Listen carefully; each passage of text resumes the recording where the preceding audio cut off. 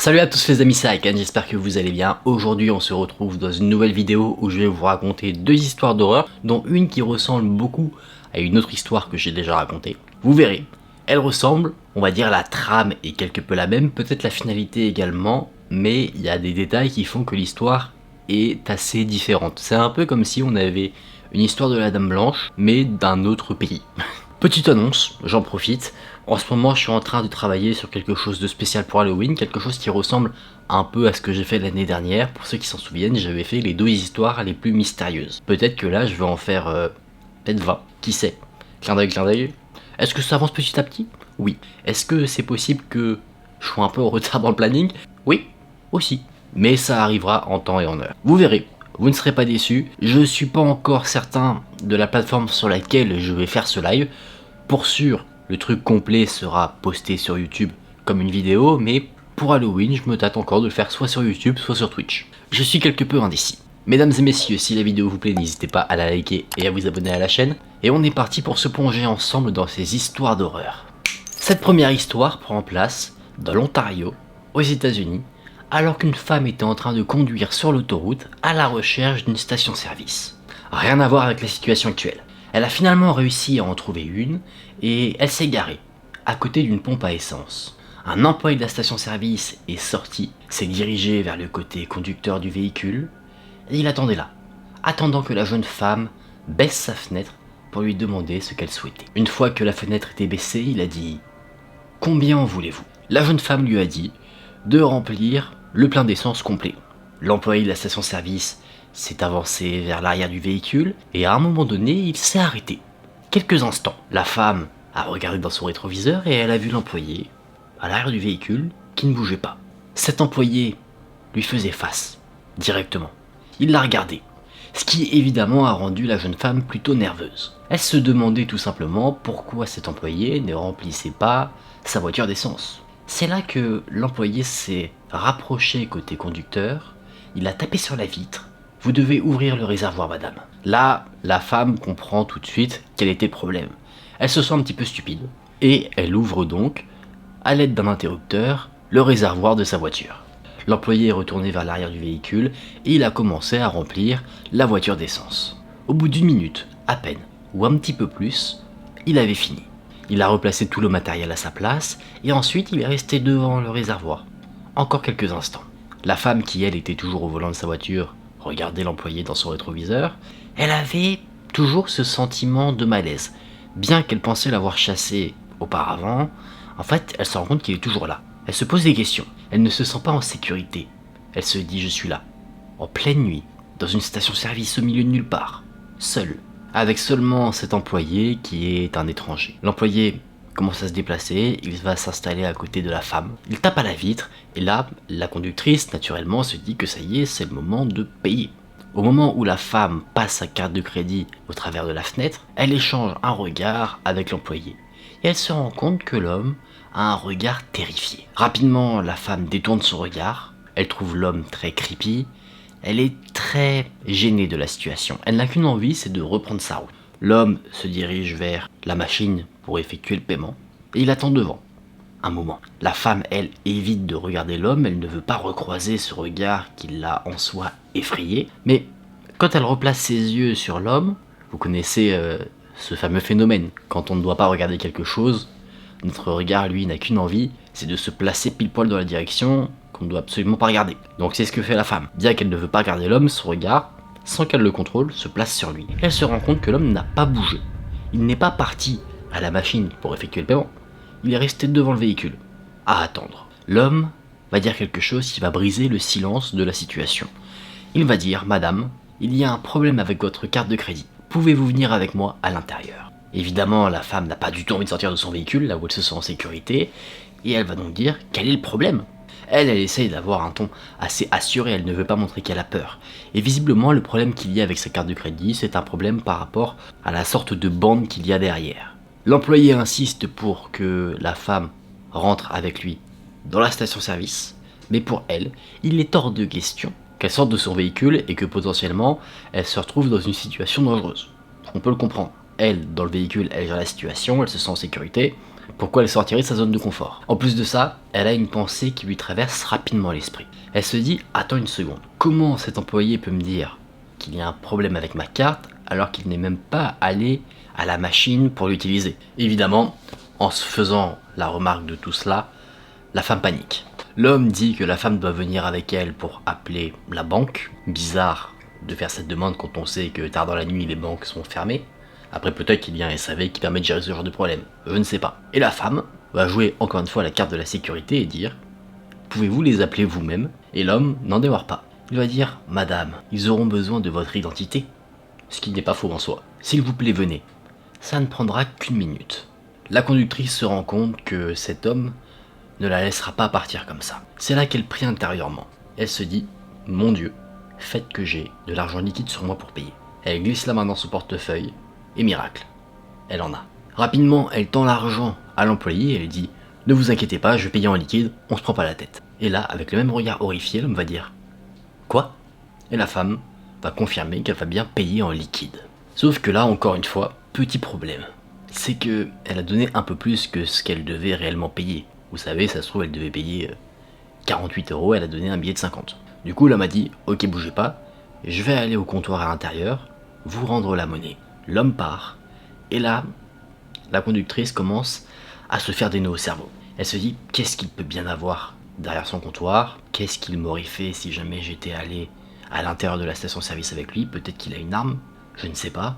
Donc elle se dit, tant pis pour la monnaie, je m'en vais. La femme allume le moteur de son véhicule, et elle s'enfuit. Dès que les lumières de la station-service n'éclairent plus sa voiture, elle fond en larmes, à cause de toute l'adrénaline de la situation qui retombe. Le véhicule s'enfonce dans l'obscurité de la nuit, jusqu'à ce qu'il ne soit plus visible par l'employé de la station-service. J'aurais pu vous dire que la jeune femme s'en est sortie. Tranquillement, elle a évité le pire, sauf que sur la fin de cette histoire, ce n'est pas elle qu'on va suivre. Nous ne prenons pas la route avec elle, nous restons dans la station-service. L'employé est à son comptoir, à l'intérieur, au téléphone, avec une respiration haletante. À l'autre bout de la ligne, quelqu'un dit « Lui avez-vous dit ?» Et l'employé répond « Non, je n'ai pas pu ». On lui demande pourquoi, et voici ce qu'il a répondu. Il avait un couteau, et il a mis un de ses doigts sur ses lèvres. J'ai essayé de la faire sortir d'ici, mais à chaque fois, il me regardait sur le siège qui se trouvait derrière son fauteuil. C'est là que cette histoire s'arrête. Vous l'avez compris dans cette histoire, la personne dont on devait se méfier n'était pas celle que l'on soupçonnait à la base. Il se trouve que l'employé de la station-service n'était pas le méchant de cette histoire, mais bien un héros. Parce que pendant tout ce temps, il y avait un homme armé, dangereux, dans le véhicule de la femme sans qu'elle ne le sache. Et elle est repartie prendre la route, avec cet homme qui pourra lui faire ce qu'il lui veut. J'ai dit que cette histoire-là ressemblait à une autre histoire. Peut-être qu'elle va vous évoquer quelque chose quand je vais vous le dire, mais je sais pas si vous vous souvenez. Je l'ai raconté sur la chaîne, c'est sûr. C'est une histoire où quelqu'un dit qu'il était suivi par un autre véhicule et qu'il pensait que c'était peut-être quelqu'un qui lui voulait du mal.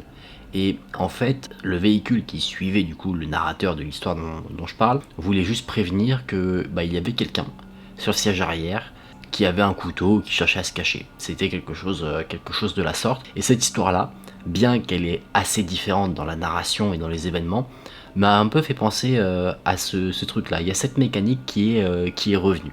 En tout cas, je trouve que c'est vraiment une histoire de très bonne qualité. On va conclure avec cette histoire que je vais vous raconter à la première personne pour l'immersion. Ces événements sont arrivés quand j'étais un enfant, quand j'avais entre 5 et 6 ans. Ma mémoire d'enfant remonte à pas mal de temps. Tout n'est pas très clair. Néanmoins, cet événement précis, je m'en souviens. Et encore aujourd'hui, il me donne des frissons.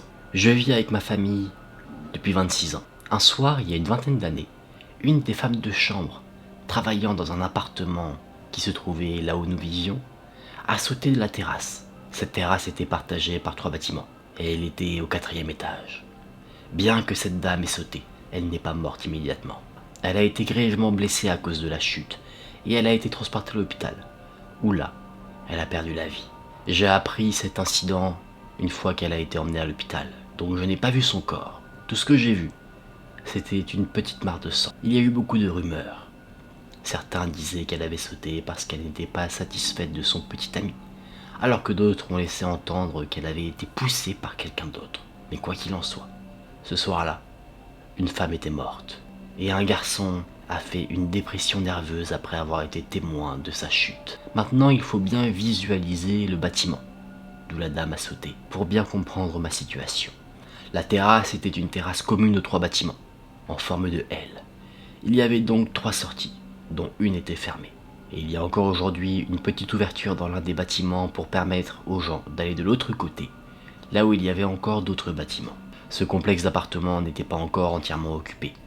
Il y avait donc quelques familles qui y résidaient et qui se connaissaient. Au bout de quelques jours après cet incident, tout est redevenu normal. La mort de la pauvre femme n'était plus une nouvelle des plus récentes, mais on en parlait encore un petit peu. Je me souviens clairement de ce jour où c'est arrivé. J'attendais à l'entrée du complexe d'appartements, sur mon vélo. J'attendais que mes amis me rattrapent, quand mes yeux sont tombés sur l'endroit où la femme était tombée, là où le sang s'était accumulé. Il était encore là. Il n'avait pas été nettoyé. Il avait d'ailleurs un peu séché. Je pouvais le voir directement parce que je savais où le chercher. J'entendais le son de mes amis qui se rapprochaient.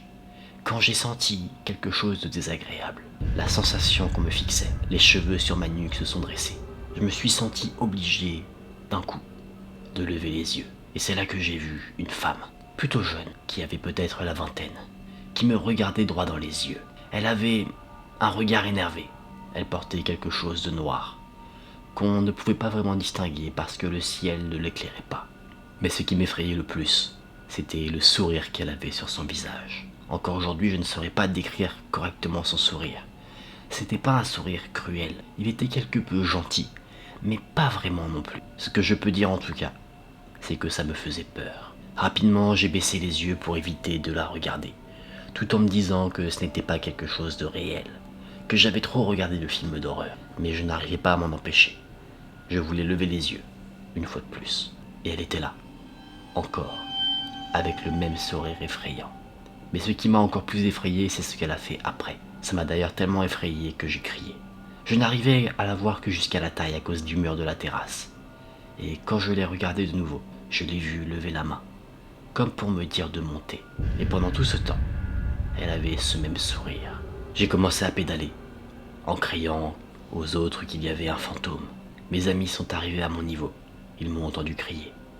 Des adultes qui m'ont entendu également sont sortis, et après m'avoir calmé et avoir écouté toute l'histoire, ils ont commencé à plaisanter sur le fait que j'avais trop regardé de films d'horreur.